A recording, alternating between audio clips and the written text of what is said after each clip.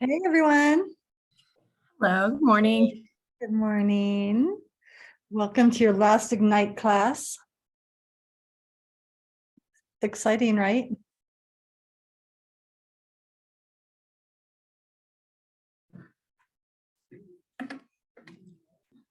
Hey, Karen, so I have a meeting I registered for in Conifer, so I'll probably be popping in and out. I'll probably pop out around 9:30, and then I'll be back. Okay, that sounds good. We'll give some people a chance to hop on now, but I have a feeling it's going to be a short class. I reviewed the material last night and maybe noon, including the lead gen that we'll do at the end. So yeah, so no problem.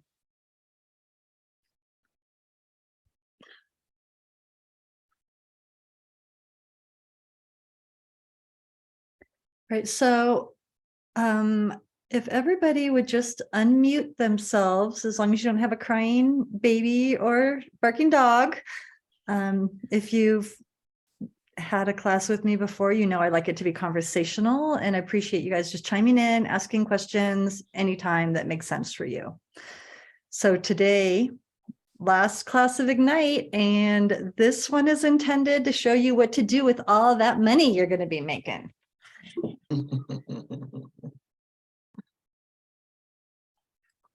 See if I can get, here we go. Start sharing. So it's plan your future.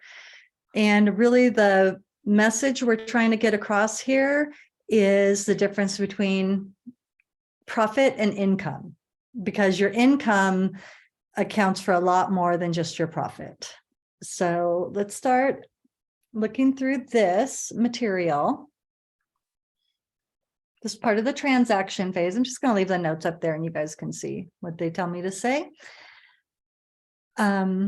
They want you to understand the importance of running a smart money business. And I cannot underscore that enough. Treat it like a business. I know you probably at least partially got into real estate so that you could have a more flexible schedule, maybe a little bit more time with family, kids, whatever you like to do. But you just have to keep in mind that this is a business and it does take constant attention to keep it running like a business. If you drop off for a couple of weeks, your business will probably reflect that in some way. So this is set your sights on a big future, guys, because if you want it, you can have it. Like, I'm here to attest to that. My first career was a pretty successful career in advertising. I spent 25 years there. I worked my way to the top of the chain and still make more money in real estate. And you guys are young. You guys are so much younger than me. I've only been doing it for 7 years. So really the sky is the limit. So you should know that, but run it like a business and be cognizant of where your money is going. So this is from the Millionaire Real Estate Agent. How you think matters. How you think in the beginning really matters. Again, I can attest to this because after 25 years in a super intense, high stress job, I came into real estate and I wanted a break. I needed a break. And so I took a little break and I had sort of a slow start. It took me 3 years to get into the top producers. You guys can be, all of you have the potential to be rookie of the year right now. We're early in the year. You have all year to do it. Just treat it like a business every day. Look for work and you guys will be just fine. Mindset matters. That was what happened to me. I had to change my mindset.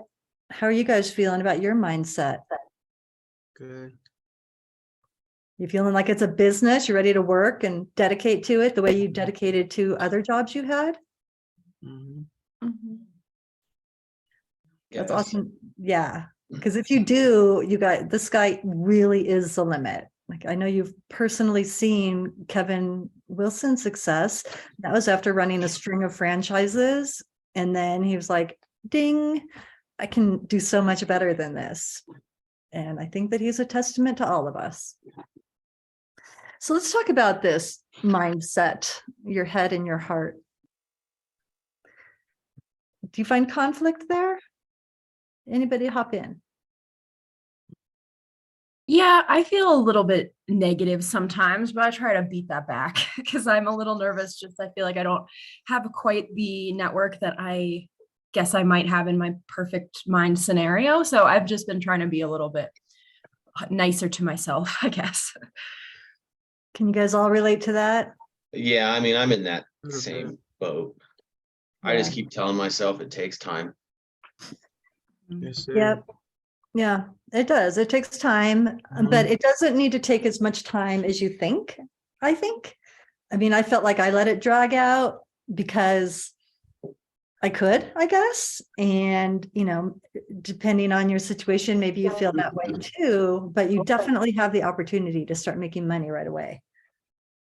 So if you find a lead, pursue that as if you've been doing it for years, and then just reach out to any of us in your coaching team to help you figure out the next steps, because your first transaction is always terrifying. But, you know, the great thing about being here is you do have all of us helping you. So when you get your first wheelbarrow full of money and you bring it down to the bank, we're all celebrating with you. Oh, you guys remember this? Someone read it to us. I love this one so much. Come on, Juan, read it to us. Or do you want me to read the whole thing? Yeah, just read the whole thing. Okay. Win-win or no deal. Integrity, do the right thing. Customers always come first. Commitment in all things. Communication, seek first to understand. Creativity, ideas before results. Teamwork. Together, everyone achieves more. Trust, start with honesty. Equity, opportunities for all. Success, results through people. Yeah, if you ever doubt yourself, go back to this. Follow this roadmap. You guys will always be fine. One thing, let's see. Trust starts with honesty. I'm just going to say that when you're working for, we're talking about with a relationship with your clients. I have recently come to understand that I'm a little bit over communicative when I'm in deals because I am building trust with the other side. So just be wary of what you're sharing with them and if that is in the best interest of your client. Just going to throw that out there since I just learned a hard lesson like a week ago about that. Okay, your value proposition. Now that was one of the first things you guys did in Ignite, right? Yeah. Y'all remember your value propositions? I I joined like halfway through. So I might have not Oh, seen this okay. one. Well, okay, then Juan, your value proposition is what special skill do you have that is going to set you apart from the other realtors and the other, just any competition? So what are you bringing to the party in particular? What skill do you have that you can market as your value proposition?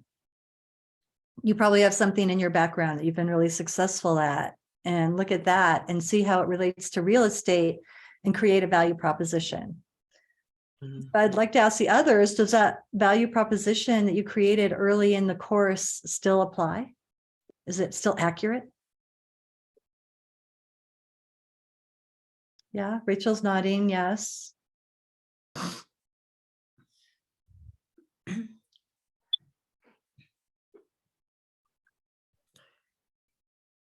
All right.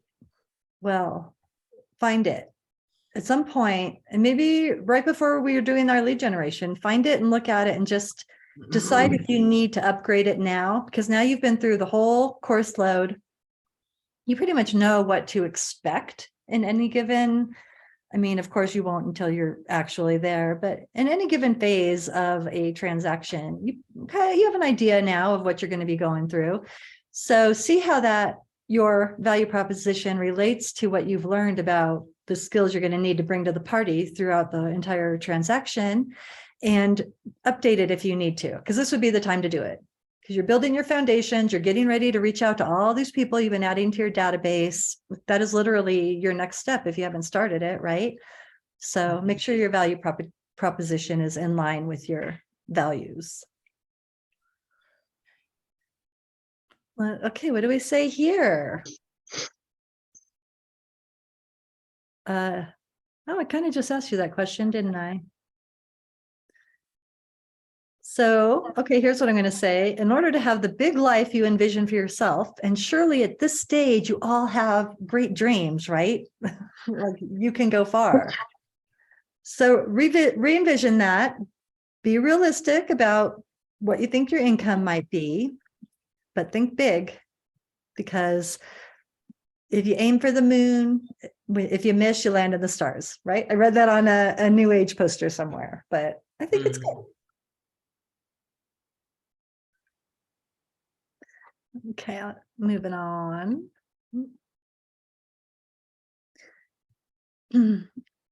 So you all have discussed your big why, right? The whole reason you work for a living at all, not just about real estate, but the reason you get up every day. Usually it has to do with family, taking care of family. I remember a broker who was with us. He was one of the old school guys, and he was just leaving as I was coming in, but his big why was a car. It was like this fancy Corvette or something. And he worked for years before he bought that car, but that car was a culmination of years of work and single focused purpose. So have a big why. Some people like to write it down. Maybe they'll have it on a sticky note on their filing cabinet where they see it every day. Maybe they just have it in their head every day and they don't need to see it. They remember it, but connect with your big why. And I mean, it took me a long time to do that because I didn't really have like a financial goal I was trying to achieve. And so I didn't really know, well, why am I getting up and working every day? And it turned out to be super complicated, but finances did turn out to be a part of it. So take a look at that and just keep it in your heart. Why? Because the big why makes a big life for you. That will motivate you and keep you going.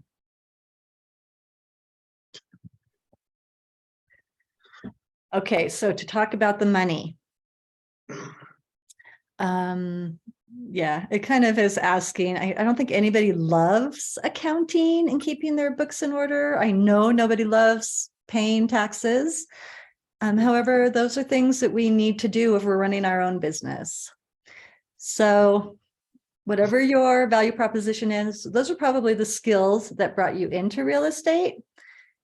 But more often than not, we've worked for another company that has taken care of all those little details that have to do with running a company. So we have to start thinking about that. I'm going off script here to show you this book that changed my life. If you don't have this book already, a couple of people are nodding, like maybe they do. Can you see it? Yeah, if you don't have this book, get it. It's so smart. It's not written like a textbook. It's fun to read. As far as any business book is fun to read, it's one of the better ones.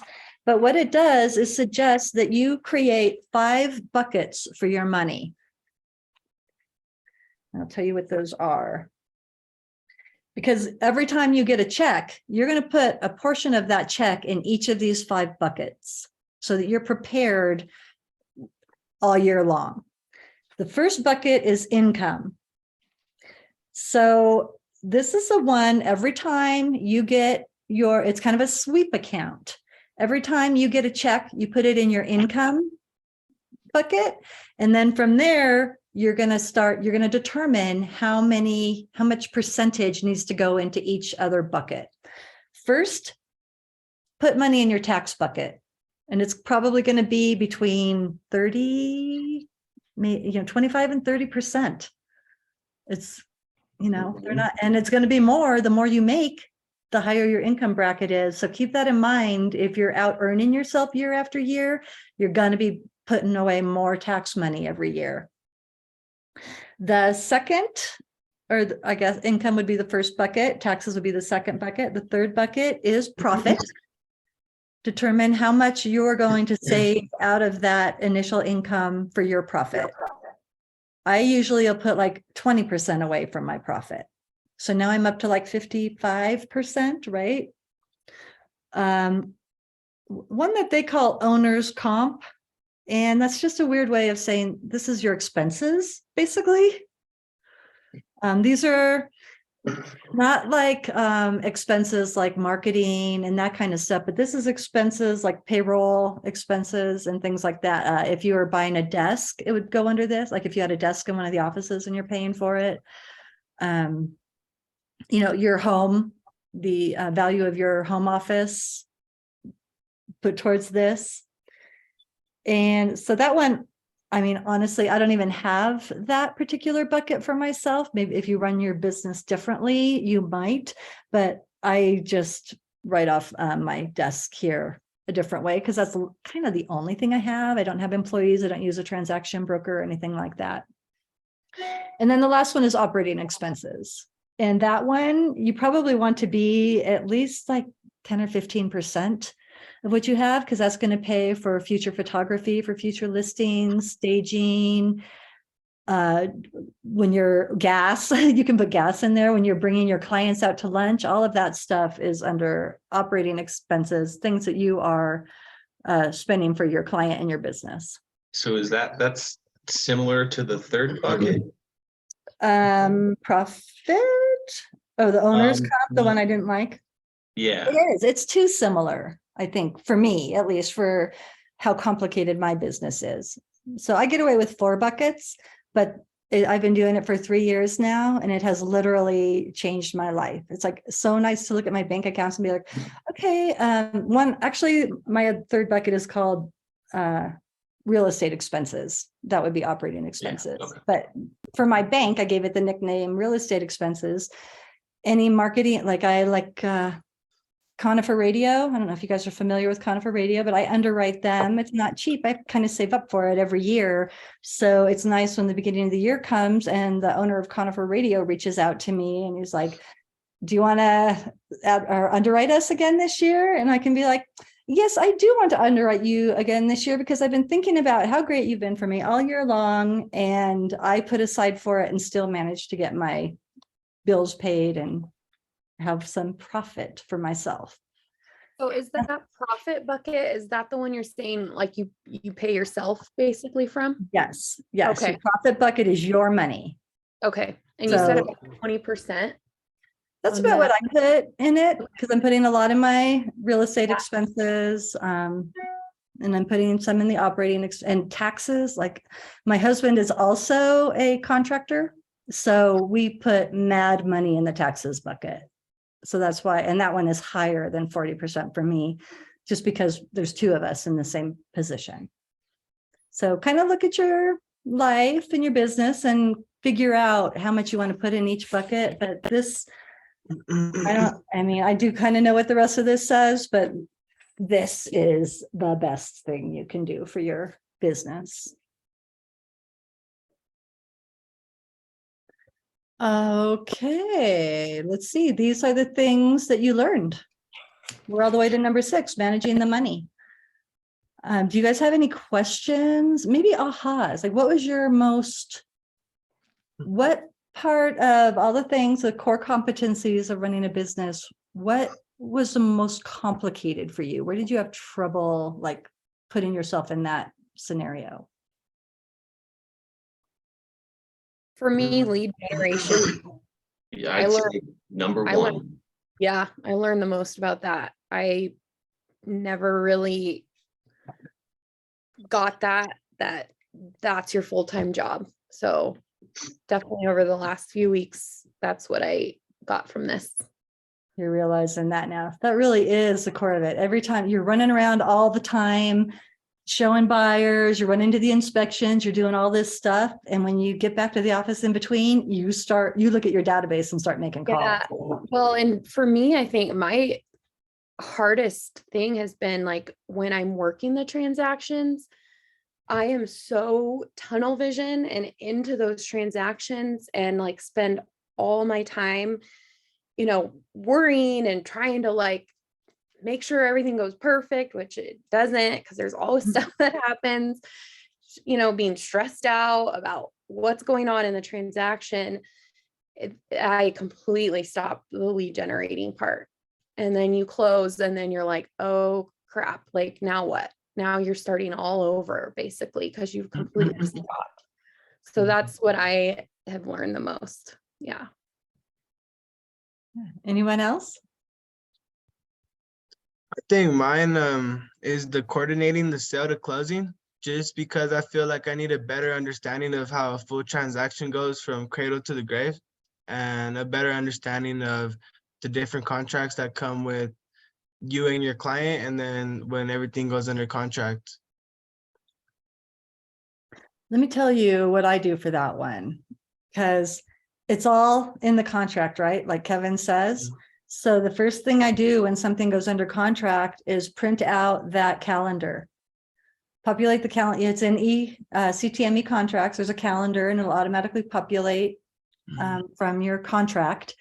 But print that out, keep it somewhere that you can see it. And every day you're looking at that calendar. But then once a week, I do it on Mondays, but whatever day works for you. Kevin does it on Fridays. Every week you will contact each of your clients and let them know what's going on. That tells them what's going on with the contract that week and what's coming up early in the week if you send it out on Mondays, because it'll be running late by then. But just keep ahead of it that way. Everything is on the calendar. That's all you have to do to stay ahead of it. Okay. And then Stephanie, what I would say to you is that what you're finding is the biggest trap we all go through. We were just talking about it in masterminds the other day that, as soon as we're busy, we stop lead generating and you get your last closing and you're on this giant natural high. Oh, I'm the bomb. I did so great. And where's my next closing coming from? Yeah, exactly. Yeah. So it's nice to create, because, most new realtors or businesses like this, right? Where it's like, I got a closing, I need to lead generate. I got a closing. But if we can get it like this, then we're pretty good all year long. Well, and I think like I feel like I just spend so much time being more stressed out with the transaction that's actually going on, where I think if I kind of switch that mindset a little bit to more like, working lead generating, it would almost take my mind off of that. I mean, I think it comes in time. But yeah, transactions are stressful and you're just constantly worrying about them and what could go wrong and are you doing everything right? And so yeah. Well, and it's true. And you probably have your clients reaching out to you at inconvenient times. They're always wanting answers. I'll get you the answer as soon as I get back to my office. You get your offers, you're looking for answers, you're responding. it is all a bit of a time suck, but I think that you do have your finger on the key there, is that, if you think about working for a company, you can't really concentrate on one project at a time. You're Yeah. forced Yes. to doing, yeah. So run it like a like that. business. Yeah, I like Yeah. that. Me too. Oh, we have $1. Oh, they're talking about where commission goes. 50, okay, so you charge 6% or whatever it is, right?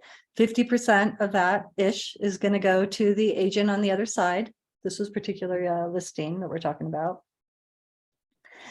A third goes to market center until you cap. The third will be going to the market center, so you need to make sure that you're prepared for that. Another third, it says another third to marketing. Oh yeah, probably marketing, operating expenses, signs, all that stuff is probably right about. But a lot of this stuff you buy one time, right? The signs, your phone, your car, maybe you buy them a couple times, but operating expenses are, I kind of think of them as month to month. So don't forget to keep that bucket full. And the taxes, of course. So this is all great to explain to if you're negotiating for your salary with a listing, and to say, okay, well, I'd like to get 6% because half of that's going to go to the other agent, and I'm going to be marketing the hell out of your property, and that's going to cost money, and I got to pay my taxes, and I got to pay my mortgage, and they'll relate to all that. And then you're like, pretty soon, like if I discount myself too far, I have no money to pay my mortgage, because all that other stuff, I have to pay. Well, you have to pay your mortgage. So you have a pretty good argument for having a better income. So just use these as ammunition to get the salary that you're working hard for. Let's see, as we told you before, put away money for taxes first. Yeah, we totally agree with that. If you don't put your tax money away first, the first of the year will come and you will feel a lot of stress over that upcoming April, especially if you haven't been lead generating and don't have a closing coming.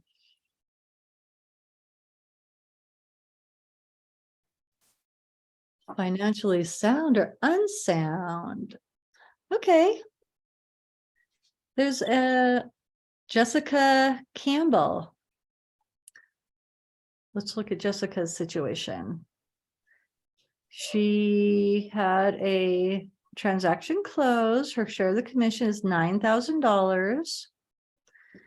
So that $9,000 income, profit. Income, right? Because that's her whole check, income. Has the market center taken their money out? Because that's going to be like a third of it. So is she actually getting $6,000? Now her,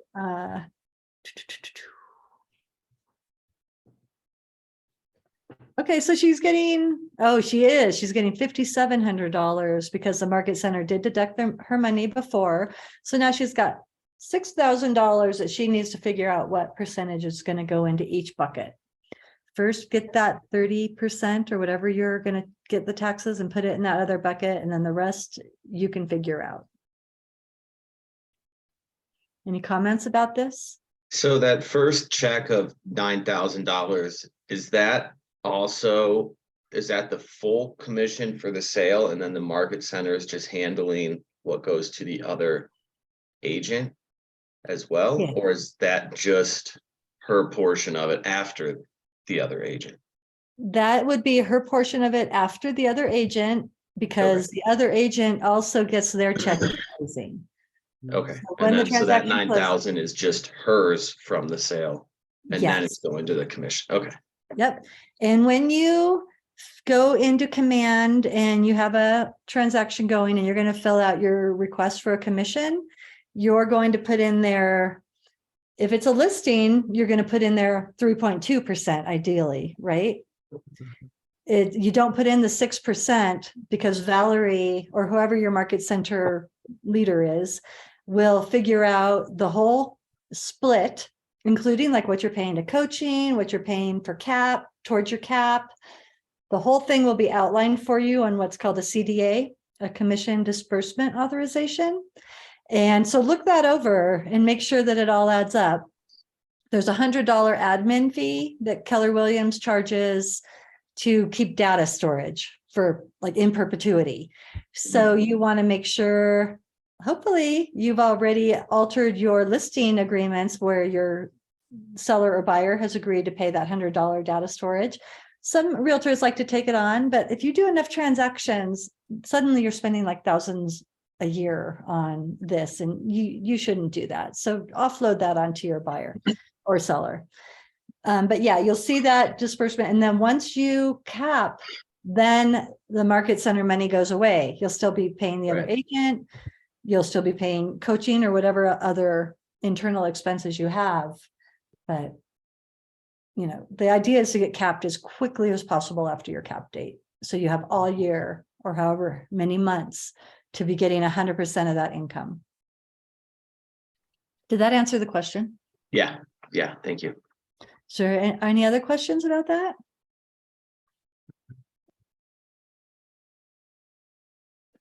Money is good and it can do good. Like we see people, I mean, that's what actually one thing about realtors is they appear to be very generous people. There's a lot of charitable contributions going on. A lot of trying to help their family and communities, because oftentimes you'll feel like you're one of the more blessed people in your circle. And maybe you want to buy dinner for 10 people that night because, you know, they're friends and family who are close to you. So like you can do so much with money and make your life great and everybody's great. Let's see, let's just pick on somebody. Sandy, I didn't pick on you yet. Will you unmute? Yeah. Tell us what kind, when you get your commission check, like what is that going to look like as far as yourself, your community, your family? Like, how do you envision that? Well, I kind of want to help my brother first. He lost his wife last year and they have a son, so he's kind of in a bad situation, being alone. I envisioned helping my daughter get her first home when I started this, so that's another thing I would like to do. And then, of course, help family, friends, anybody in the community. Yeah, doesn't it feel like you can make a lot of money in real estate? I mean, it feels like you can help so many people and still be in a really good place yourself. Yeah, I like it. Would anybody else like to share about that?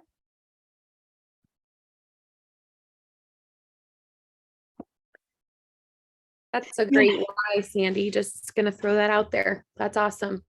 Thank you. Yeah.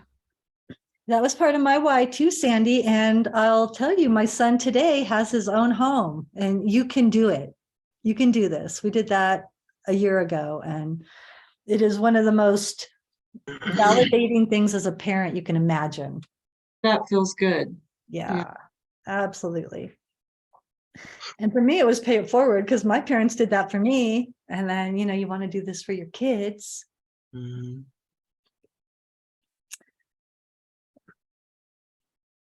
Okay, this is talking about goals now, basically, and they make it look like a coffee cup. That's so cute. I think it's basically saying, set your goals, go through the goal sheet that works backwards to let you know how much work you have to do to meet your goal. See if there's anything in this copy that we should be talking about.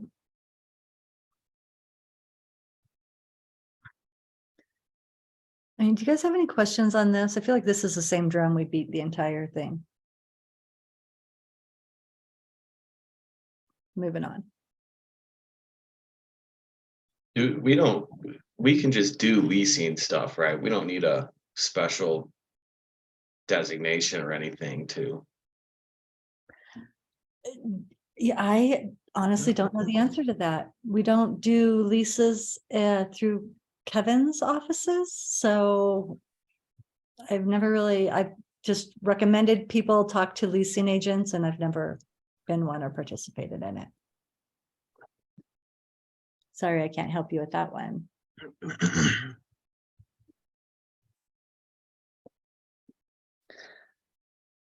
Okay, we talked about this a little bit, the cost of sales versus operating expenses. So the cost of sales, they're talking of here about like the commissions and royalties you're paying to the market center. If you got a referral and you have to pay a 25% referral fee, this is going to go into the cost of sales. The commissions paid to your coaching, what you split with coaching would go into this. Operating expenses, the things you run your business, and then these I kind of went over with you as well. Your that would be your office rent, your car, photography, any equipment you need, like your phone is literally an operating expense for a realtor. And you can write off all your education as well. Which I'm going to write a note to send my tax guy the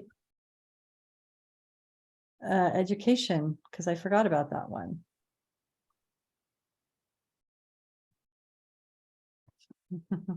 Just doing business while I'm hanging out with you guys. Do you have any questions about this? What is royalty fees? There is, that's part of the market center fees. There's the cap and then royalty, and capping is the 18,000, and I want to say royalty is 6,000, and I'm not exactly sure what they do with it, but it's part of the market center money.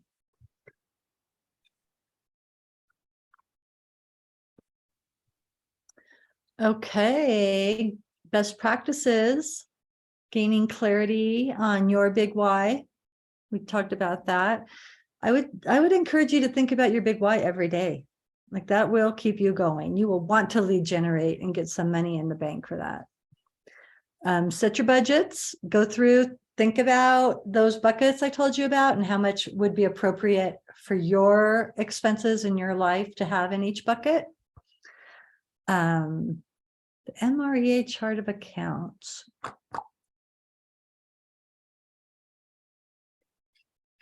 I'm not remembering that offhand.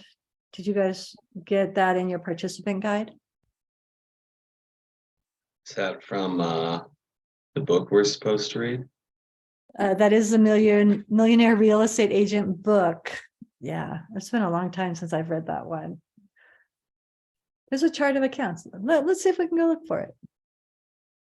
I'm gonna move you guys out of my. I'm not sure what you're seeing on my screen right now, but that's what I'm looking for. Is it? What is- or what are you looking for? I'm looking for the MREA chart of accounts. Oh, I'm just curious if it's similar to what we are using for, or the Profit First model.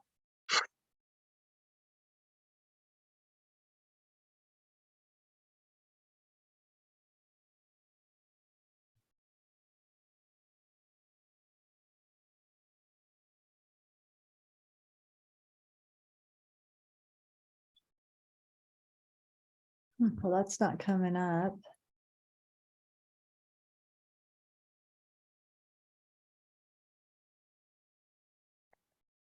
Oh, I put you guys in front of my Zoom. All right, we're just going to go back to Zoom. I can't find it fast enough, but you guys. I think it's an Excel chart. I think I found something for it, but I don't have Excel, so I'm not going to download it. Oh, okay. Yeah. where did you find it? I will type it in here.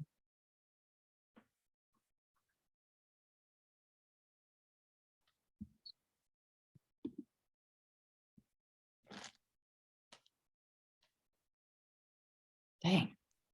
There it is. Are you putting it in the chat for us? Yeah, I just have to type it all out because it's on my desktop and I'm on my laptop on this, so I can't just copy and paste it. Okay, that's always fun when it's like 1,000 characters and they're all different. Okay, so we are going to get that from Ryan. Get some tax accounting software like What is that one that everybody uses? Microsoft? That Microsoft product, I don't Oh, remember. gosh, darn it. Did you get one character wrong and it's right in the middle? Yeah. All right, well, hopefully that'll work for you guys. Awesome. Thank you. It's on a Keller Williams site, so I'm assuming that's it. You should be able to Google if you or search, find the search in the Keller Williams site and for chart of accounts, and that should be there, or MREA chart of accounts. Tax accounting software, if you keep track of it like that, then get something like that. I forget what that one that is so popular is called offhand because I can never remember under a crunch. I would hire an accountant. Like for the first time in my life, I sucked it up and hired somebody who knows about money to take care of our taxes for us. And that's a lot of a stress relief right there. Estimated taxes. So they want you to pay once a quarter. And every time from now on that you guys fill out your taxes, and maybe this already happened to you, because you're a contractor, they're going to automatically spit out estimated payments for you for both federal and state. So, and the dates that they're due are on the little coupons that they give you. You can do that and you will be penalty free if you do not pay. If you even miss just one quarter, then I think the penalty, I think the penalty is per quarter, but it can be up to like a $500 penalty. So depending on how much that means to you, it's a percentage of your income. But I think I paid like 2 quarters in 2022. So my tax guy already told me you've got $250 worth of penalty for not paying those other 2 quarters last year. So just so you know that that's how it works, and you can do it. You don't have to do it. You just have to pay the penalty. But it is nice. Like when I have gotten it done all 4 quarters out of a year, it's like, well, I can just start fresh this year getting my tax money together. So that's always cool. And prepare for your future. Have health insurance, have a savings account, invest your money, be a smart business person. Oh, I kind of like this thing. Think and act the wage you want before you earn it. Average is as average does. Good is as good does, and great is as great does. What do you want to be? Which one are you going to be? Because if you're great, your income will be great too. It's like, it's just work hard and the money will come. It's so true. I heard that when I was a little kid and it turns out to be true. Okay. So here's your company dollar and your royalty cap. They say this is, so you can do this calculation if you want, but they're estimating that's 15% of your total yearly gross commission income. They're putting business expenses at 35. So what are we trying to do here?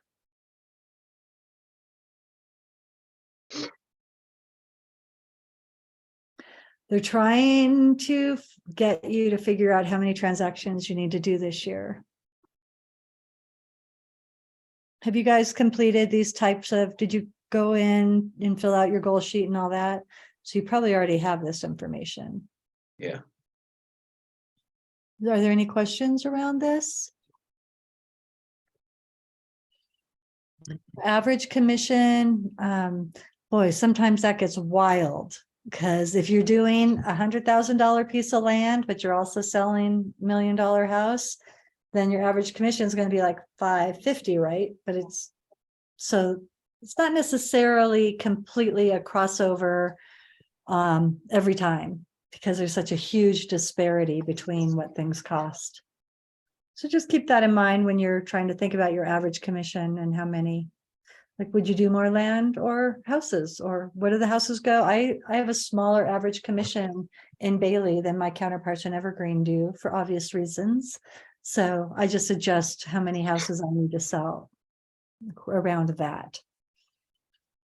But again, they want you to think big. And we have $1 million houses in Bailey and I'll go after them. Okay, let's see, what do we got here? Get paid at closing. I already told you Colorado is a pay at the table state, so everybody leaves closing with their check.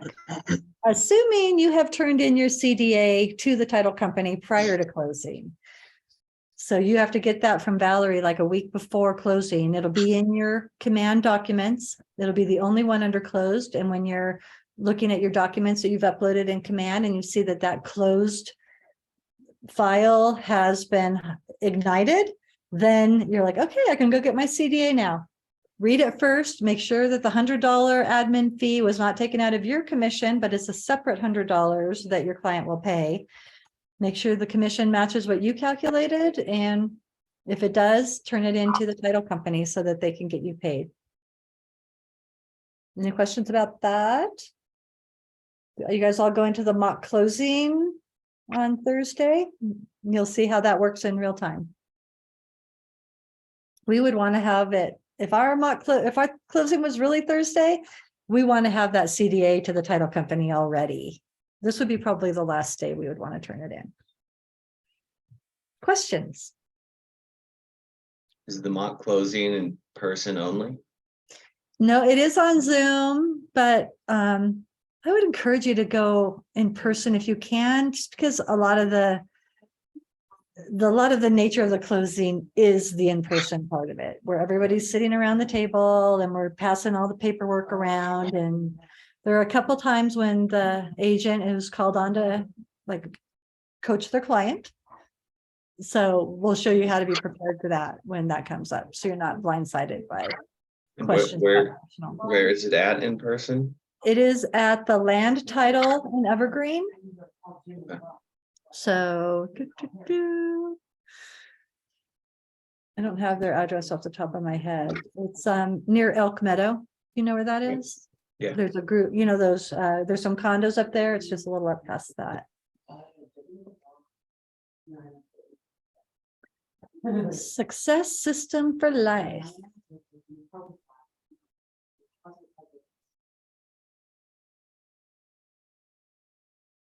Are you guys willing to commit to having success for life? Yeah. So I think what they're saying is the systems that we create to run our business are, once you get a flow, you're in your groove and you're running all your systems, that is your success system. Like now you can keep that going. Once everything is in place, you get it running like a well-oiled machine. And now you really are setting up your life for success the whole time. And a lot of it is that lead generation, getting back to that every time. Oh, and I guess they were on the same page with me, because here is our lead generation success system. Have you, so this looks like the 10-4. Have you guys been doing your 10-4? Feel good about that? Except for maybe Stephanie, because she's too busy worrying about her transactions. Yeah. But you will do it. I can see, I mean, all of you seem, the fact that I've done what, 3 or 4 classes and I've seen all of you before tells me you're all very dedicated to learning everything you need to be successful. Yeah, this daily success system, I like that a lot. I've been focusing on that the last couple of weeks. So, and even just trying to add people into my database, and then that is a good place to kind of start reaching out to people too. So true. If you ever feel like you're floundering, or it's the end of the day and you're like, man, I didn't get anything done today, and you feel kind of crappy about yourself, just go back to that 10-4 and do one thing. Just find one thing to move your business forward that day. And I guarantee you, you'll just feel a lot better about the day. And if you think about it, there's 306, if you do one thing every day, that would be 365 things you're doing through the course of a year to move your business forward. And if one of them touches multiple people, then you're that far ahead of the game. Just keep doing it.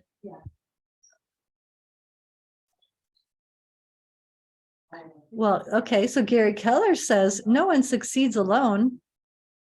So that's important. We are all here to help you. even if you're not in Conifer or Evergreen, if any of you ever want to reach out to me with a question, please do that. I'd be more than happy to help. There's nobody here who wouldn't be thrilled to help you. Like that is part of what Keller Williams is about. And so please use us to help you succeed if you ever have any doubt in your mind. Do you guys all have accountability partners? Mhm. Does anyone? And no one has an accountability partner? Maybe you guys should be an accountability group. I have a few people that I've just met over my time here in Keller Williams, and we just sort of coalesced into a little accountability group. But once a week, whether it be by email or on Zoom or in person, we get together and we talk about what are our goals for the week, what our goals were last week, and how we did with those. And then we hold each other accountable. If, we have not prizes, but incentives. If we do something well, maybe we're going to go get a pedicure or a manicure or something like that. If we don't reach our goals, what are we going to do now? Are we going to donate a little bit to a charity? That's a thing we do. Kick into KW Cares, something like that. You guys might not want it to be about money, but maybe you have to double how many phone calls you make the next day or something like that. But find people that you can relate to, that you like talking to, that you want to see succeed with you. Create a little accountability group and just reach out once a week and let each other know where you are, how you're doing, how you can help them, how they can help you. And then it also becomes a little referral group too. You'll notice as you become close with these people, and people go on vacation, so maybe they're asking you to take their buyers around while they're out of town, and there's usually a little money exchanged there, if not for favors. So it's good to have a little group of people, and a lot of times it is the people that you kind of learned with.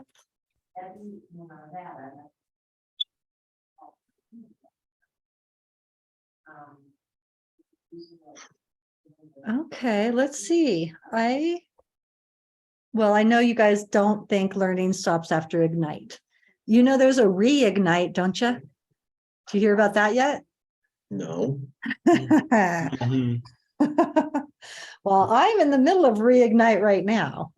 And that one is just after you've been on, it's for agents that are experienced and kind of just feel like they need to regroup with all of this stuff that you guys have been learning. We don't actually go through this whole class again. A lot of it is accountability, but what do they want us to? So every week in Reignite, they're asking us to have 40 conversations, attend one social event, attend one coffee or lunch, and then post on Facebook at least 4 times a week with 10 likes, 5 comments, and at least 1 post. So that's what we're doing in Reignite. We have to meet every single week. And if we do all these things, then we get a little incentive. We're going to get a pedicure or whatever we decided. For me, it's shopping with my one great shopper friend, Lisa. And if we don't get all these things done, then there's some punishment. And for me, it's cold calling. So just know, Ignite is going to be over, but there's more, and there's classes all year long. You can always take, Keller Williams runs tons of classes. There's lots of things through the the coaching program. Like we're going to start with Skills Lab Thursday coming up. You guys are welcome to join me for that, but we're going to be doing a combination of Zoom with just certain, like going over contract or whatever we're doing, whatever skill we're talking about. That listing presentations probably will continue with this month. But then we're also going to have a live, at least once a month, there's going to be some kind of field trip, or maybe we're going to go to see an inspection happen, or the mock closing could have maybe be counted for one for this month, but it's not on a Thursday. But we're going to have lots of activities for you guys to keep you engaged, keep you working, to keep you focused on your work. And then Mamar also has lots of classes too. So you could start working on a designation. A lot of people up here in this area get their CMAS, the Certified Mountain Area Specialist, first. You don't have to do it that way. Another really good one is the RENE, the Real Estate Negotiation Expert designation. That one's a little bit more intensive, but it's a really good one to have. So start looking through what your designation options are and start working on a designation. It takes time. It's nothing you can do in a class or overnight. So you have little goals outside of your larger why. Keep you moving. I know sometimes at the team meeting, they'll pull up a stat of, okay, agents who attend this many meetings make this much more money than the agents who don't attend. And it's like by $100,000 or something. So stay engaged. It's one of the most important things you can do.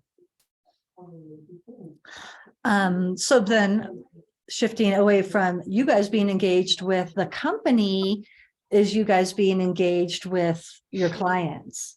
So know as much as you can about, we talked about farming. When did we talk about farming?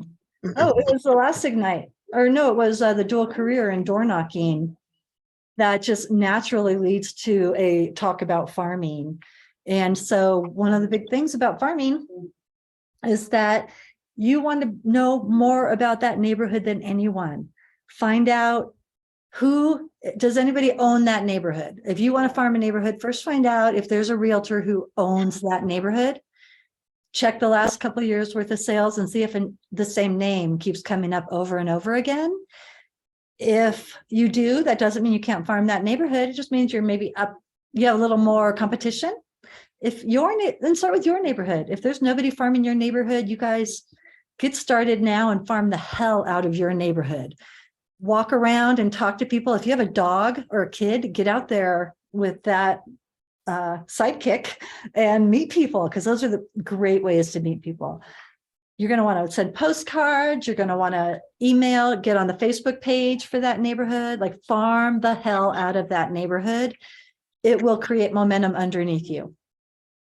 It is a little bit of the long game. It's probably a couple of years of farming before you see it really accelerating underneath you, but it'll happen. And so just stay the course. Like so many things in real estate, don't give up is the biggest thing.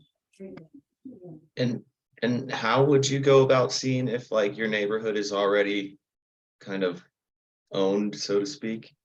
Go into Matrix and pull up your neighborhood and just start looking at who's doing all those transactions. Okay. Every closed transaction will list who the selling agent and who the listing agent was. Okay. Let's see, what are we talking? Oh, it's just saying be learning based. Here are some things. Oh, Keller, well, yes, I talked about Market Center and Mamar, but Keller Williams also offers a lot of great classes. You'll see us there, a couple different venues down in town. There's one right by Mile High where I've ended up 3 or 4 times for different Keller Williams classes. But like they bring in like some of their top coaches and people from all these different places in the United States, and they'll go on a little tour and stop in all the cities. We've had like people from Grand Junction have driven over in a snowstorm to attend some of these.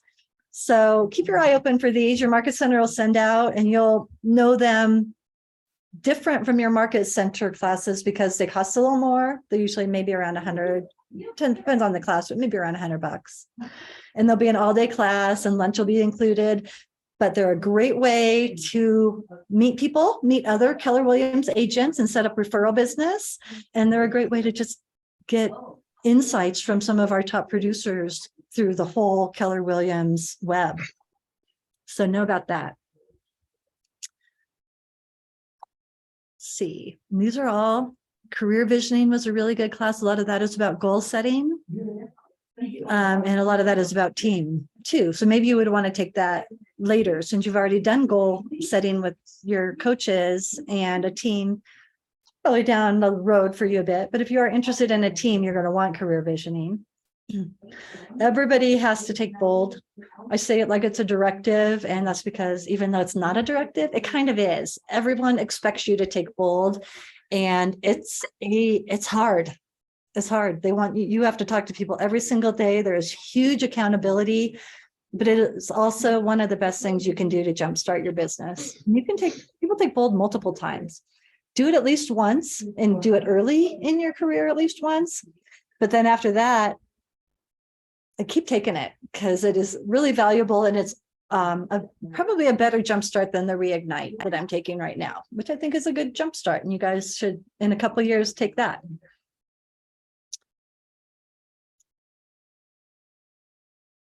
Okay, this is asking you to kind of just jot down for your own notes, a couple classes that maybe you're thinking would appeal to you over the next 12 months this year. What classes are you thinking this year? So let's go back and I'll put the Keller Williams back up on there. Your designations is going to be one to look at. The and Mamar classes. A lot of that leads to designation. There's a staging designation that is like, oh, sorry. Oh, no, that's not. 24, I think it's 24 hours or something like that for staging. But that's a really big one. And that's an expensive one. I want to say that one's over $1,000, but like the sky is the limit as to how many designations you can get. And you can just keep adding those initials behind your name on your business card and like really be impressive for your clients.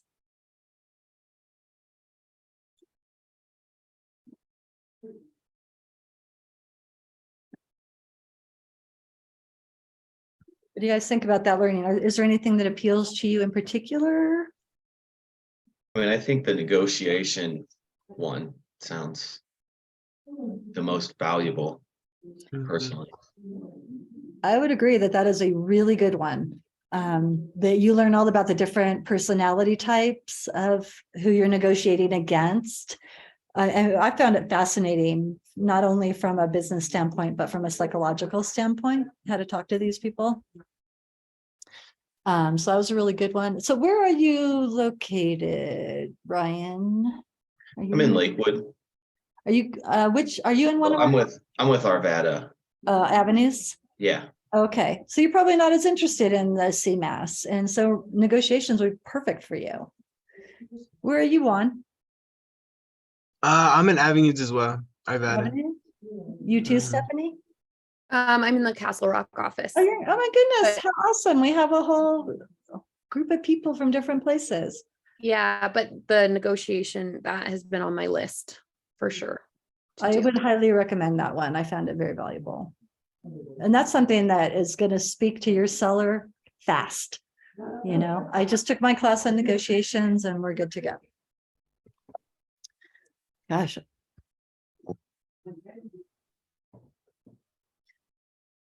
End in a big way. Okay, so, oh, I like this one too. This really starts to speak to, like in the last, I don't know, I think that the way this evolves, this whole little paragraph evolves is really compelling because you start with a career and you create a business, you create a life that is expanded, you have experiences that you've never guessed, and then you have a legacy. And I think that's what everybody is trying to get for you, to go through this process, to have a legacy that is worth leaving for your people. That makes me cry, but I think it's such a good thing. Like that's part of the Keller Williams thing, is like they want everybody to have this big life, and there's no reason you can't have it. Mhm.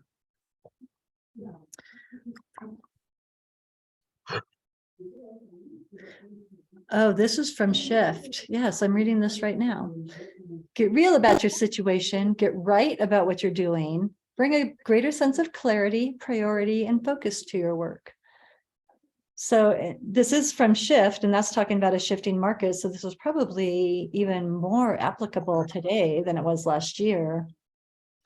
But yeah, I mean, you guys are all on the right track. You're clearly focused ahead and not behind. You're not concerned about, what transactions in the past. Water under the bridge is of no concern to us. Everything is ahead.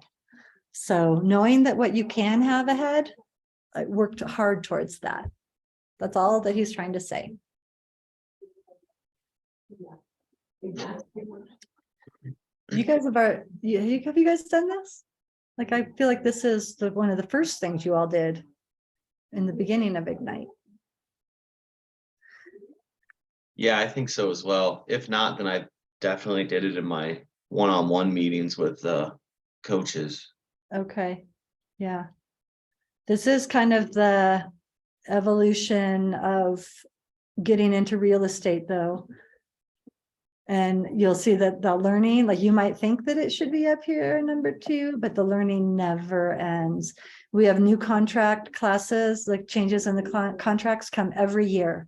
There will be changes in the contract next year, and we're gonna have to relearn those. There's a fair housing. I don't know if any of you have gone through the fair housing, but that's a whole course that you're gonna want to go through. There's so much learning all the time. It's wonderful for your brain. It'll keep you smart. No matter how long you plan to be in this industry, it'll keep you smart the whole time. What is the annual commission update that we take every year?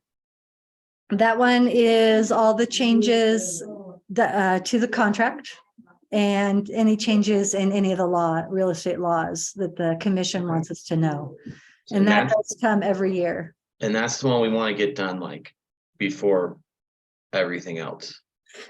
So the way Kevin sets it up for his offices is, yes, we're going to have Mickey Sanders come in January at some point to all the offices and give the annual commission update. And I think it's 4 CE credits. Mhm. And she'll go over everything the commission wants us to know and changes in the contracts. Then you'll notice later in the year, Kevin will also come out with contracts classes, and you can go even deeper. Yeah, in that. I just did that with Kevin. That's great. Everybody should do that with Kevin as often as you can. Like, I used to do it 2 or 3 times. Like, every time he'd bring it, I would do it. And now I'm starting to know the contract by numbers, how he spews. Oh, that's 10.2.3. Now I'm getting there. So try to get there too, because the clients love it when you know the contract so well that they can call you up and say, I'm having, trouble with my earnest money. And you can say, well, according to 4.6.1, this should be happening. And this is how we deal with it. So like he says, the answers are all in the contract.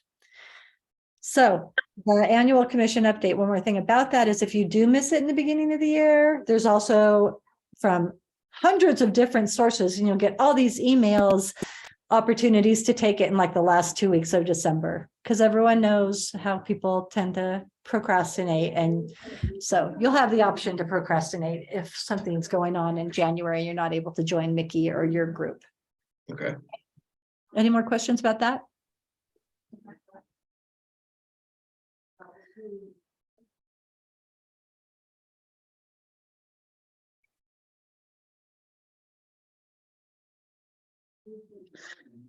Okay, I think that we should just move on to doing some lead generation. Gosh, it's 10 o'clock. I knew that was going to go fast. It just didn't seem like that much information. So let us take a couple minutes, figure out who we're going to call. Let's just go till 11 with the lead generation and see if we can get some appointments. And then we'll meet back here at 11 and see how we did. I'm going to keep my computer on and I'll be doing it right here. I'm going to stop screen sharing. So you will be able to see that I'm doing it with you. I'm right there with you guys. I got some calls to make. So we can all mute ourselves now and do it privately, but let's do it together and get this done, and we'll reconvene at 11 and congratulate each other and say goodbye. Sound good? Thank you. Okay, awesome, guys.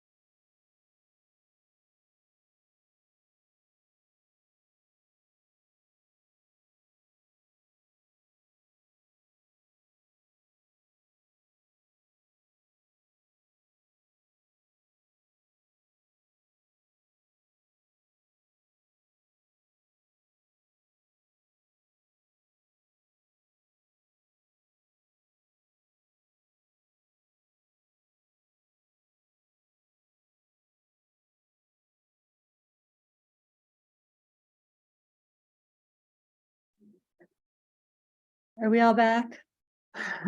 I'm back. I'm a little late.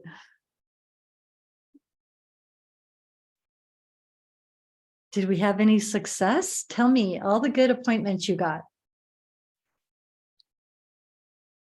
I had talked to one lead and he said he's not really looking anymore. So I wouldn't say it was success.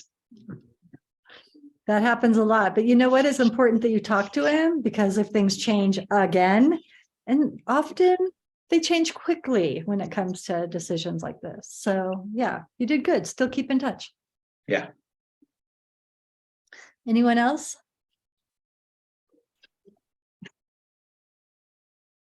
Sounds like you guys are like me, just left a ton of messages, some texts. Are you guys like me? Like I go through, I'm trying to reach out to my whole farm right now, and I've been doing this for a couple of weeks. And I'm finding that maybe I'm being ageist, like sexist, only ageist, because if they're over like 60, I try to call, but if they're under like 50, I definitely am texting them. You guys doing that too? Yeah. Yeah. Just curious about that. All right, well, I just left a bunch of messages. I didn't make an appointment either. So, you know, it's numbers game every day. You know, roll the dice every time you pick up the phone. So at least I wasn't hung up on today, which last time I think I was hung up on twice. So that's never fun. So are we ready to wrap up Ignite, you guys? You bet up to here with it. It's been a long couple months, I know. Well, I just want to wrap up by saying, I think you guys all have so much potential ahead of you. And I don't see any reason why every one of you can't be wildly successful. There's more than enough work for everyone. So please just don't give up. If you ever need support, have any questions, I don't care how menial it is, please call me or any of your coaches. But even if you're not in Conifer Evergreen, I'd love to talk to you again. So feel free to use me as a resource if it ever makes sense. And mostly I wish you all a great week and a great career in real estate. Thanks so you. much for your help. Thank you so much. You're a great teacher. Mhm, Sandy, you're too sweet. mhm. Well, I've enjoyed my time with you guys, and I look forward to seeing you again down the road. I know some of you I will, others I'm not as sure, but please do call me if you ever have a question. I'd love to hear from you. Thank you. Bye, Thank you. everyone. Goodbye. Bye.